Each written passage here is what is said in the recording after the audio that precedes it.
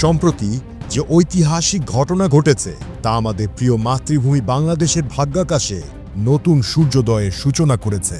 Trump প্রশাসনের চূড়ান্ত tariff সিদ্ধান্ত আমাদের জন্য নিয়ে এসেছে অভূতপূর্ব সুযোগ। আজ আমরা দেখব কিভাবে নোবেল বিজয়ী ডক্টর মোহাম্মদ ইউনূসের দূরদর্শী নেতৃত্বে আমরা শুধু একটি কূটনৈতিক বিজয়ই অর্জন করিনি, বরং আমাদের পুরো অর্থনীতির জন্য এক স্বর্ণযুগের দরজা খুলে দিয়েছি। এই বিজয় আগামী দশকের জন্য আমাদের জন্য কি অপার সম্ভাবনা বয়ে নিয়ে এসেছে সেই গল্পই বলবো আজ। মনে আছে ৩ মাস আগের কথা, যখন ট্রাম্প প্রশাসন প্রথমবার বাংলাদেশের জন্য ৩৭% ট্যারিফ ঘোষণা করেছিল, তখন অনেকেই হতাশ হয়ে পড়েছিলেন। কিন্তু ডক্টর ইউনূস জানতেন এটা আসলে একটি সুযোগ। তিনি বুঝেছিলেন যে আন্তর্জাতিক রাজনীতিতে আবেগ নয়, বুদ্ধিমত্তা এবং কৌশলগত পরিকল্পনাই জয়ী হয়। গত ৩ মাস ধরে তিনি আমেরিকার প্রশাসনের সাথে যে ধৈর্যশীল ও কৌশলগত আলোচনা পরিচালনা করেছেন তার ফল আমরা পেয়েছি। ইউনূস সাহেব আমেরিকার প্রশাসনের কাছে স্পষ্ট বার্তা পাঠিয়েছিলেন যে বাংলাদেশ একটি নির্ভরযোগ্য অংশীদার, যে দেশ তার প্রতিশ্রুতি রক্ষা করে। তিনি শুধু কথা বলেননি, কাজেও দেখিয়েছেন। আমেরিকান গম কেনার প্রতিশ্রুতি, বোয়িং বিমান অর্ডারের অঙ্গীকার, আমেরিকার তুলা আমদানির পরিকল্পনা, এমনকি চীনের ওপর নির্ভরশীলতা কমানোর দীর্ঘমেয়াদী কৌশল ৩৭% থেকে ২০%। এই সাফল্য হঠাৎ করে আসেনি, এর পেছনে ছিল মাসের পর মাস কঠোর পরিশ্রম এবং দূরদর্শী পরিকল্পনা। এই ঘোষণা আমাদের পুরো অর্থনীতিতে এক নতুন দিগন্ত উন্মোচন করেছে। ৩৭% থেকে ২০%, মাত্র ১৭%-এর এই হ্রাস শুনতে সাধারণ মনে হতে পারে, কিন্তু অর্থনীতিবিদরা হিসাব করে দেখেছেন এই অর্থ আমাদের জন্য বছরে অতিরিক্ত $১.৫ বিলিয়ন সাশ্রয় করবে। এই সংখ্যাটি শুধু একটি পরিসংখ্যান নয়, এর পেছনে রয়েছে লক্ষ লক্ষ পরিবারের ভবিষ্যৎ স্বপ্ন। আরও গুরুত্বপূর্ণ বিষয় হলো, যেখানে আমাদের প্রতিবেশী দেশগুলো কঠিন শাস্তি পেয়েছে, ভারত ৫০%, চীনকে ৬০% ট্যারিফের বোঝা বহন করতে হবে, সেখানে আমরা মাত্র ২০% শুল্ক দিয়ে আমেরিকার বাজারে প্রবেশ করতে পারব। এই প্রতিযোগিতামূলক সুবিধা আমাদের রফতানি খাতে যে বিপ্লব ঘটাবে তার প্রভাব আমরা আগামী কয়েক মাসের মধ্যেই দেখতে শুরু করব। বিশেষজ্ঞরা বলছেন এই প্রতিযোগিতামূলক সুবিধার কারণে বিশ্বের বড় বড় ব্র্যান্ড এবং ম্যানুফ্যাকচারিং কোম্পানিগুলো এখন বাংলাদেশকে আমেরিকান বাজারে প্রবেশের সবচেয়ে কার্যকর রুট হিসেবে দেখতে শুরু করবে। তারা বুঝতে পারবে যে এখন বাংলাদেশে উৎপাদন করে আমেরিকায় রফতানি করা সবচেয়ে লাভজনক হবে। দক্ষিণ কোরিয়া, জাপান, এমনকি আমেরিকান কোম্পানিগুলো থেকেও আগামী দিনগুলোতে বিনিয়োগের আগ্রহ আসতে পারে, কারণ আমেরিকানরাও জানে বাংলাদেশে উৎপাদন করে নিজের দেশেই রফতানি করা অনেক সাশ্রয়ী হবে। আগামী ৬ মাসের মধ্যে আমরা যে ইন্টারন্যাশনাল ইনভেস্টমেন্ট ইন্টারেস্ট দেখতে পাবো তা আমাদের শিল্প খাতে এক নতুন যুগের সূচনা করবে। এই বিনিয়োগের সুযোগ শুধু গার্মেন্টস সেক্টরেই সীমাবদ্ধ থাকবে না। বিশেষজ্ঞরা বলছেন এটি বাংলাদেশের পুরো শিল্প কাঠামোকে পরিবর্তন করে দেবে। নতুন নতুন কারখানা মানে নতুন প্রযুক্তি, নতুন দক্ষতা, নতুন কর্মসংস্থান। আমাদের দেশের ব্যাকওয়ার্ড লিঙ্কেজ ইন্ডাস্ট্রিগুলো শক্তিশালী হয়ে উঠবে।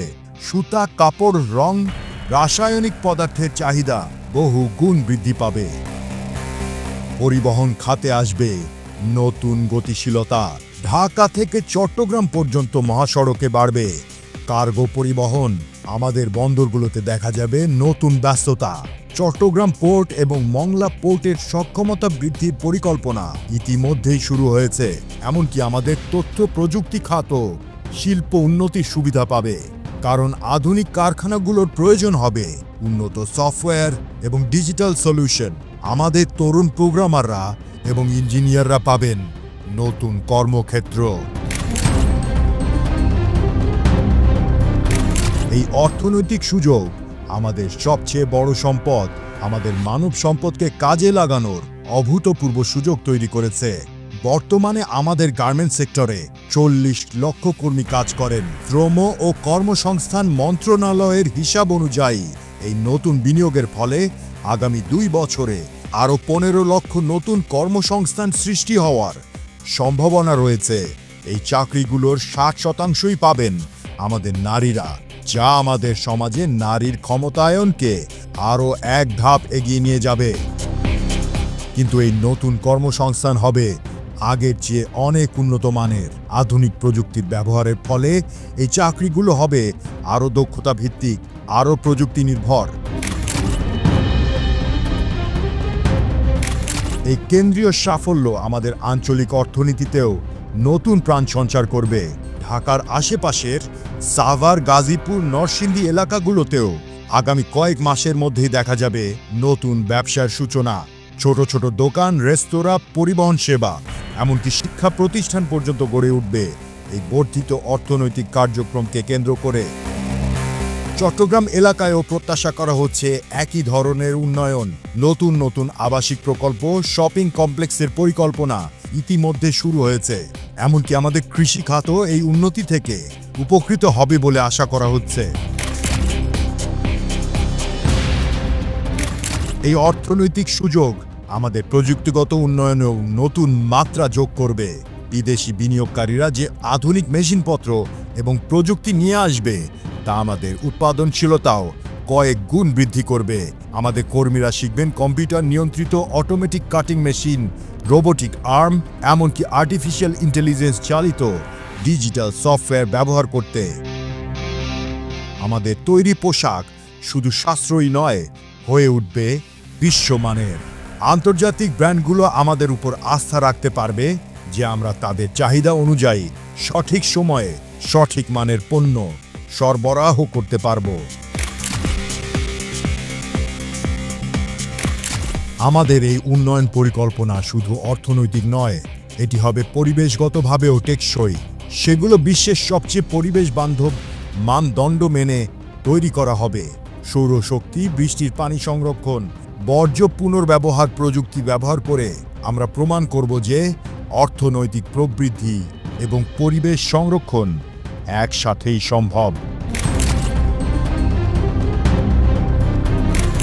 আজ যখন আমরা এই সম্ভাবনার গল্প বলছি, তখন আমাদের মন ভরে যায় অগাধ গর্বে।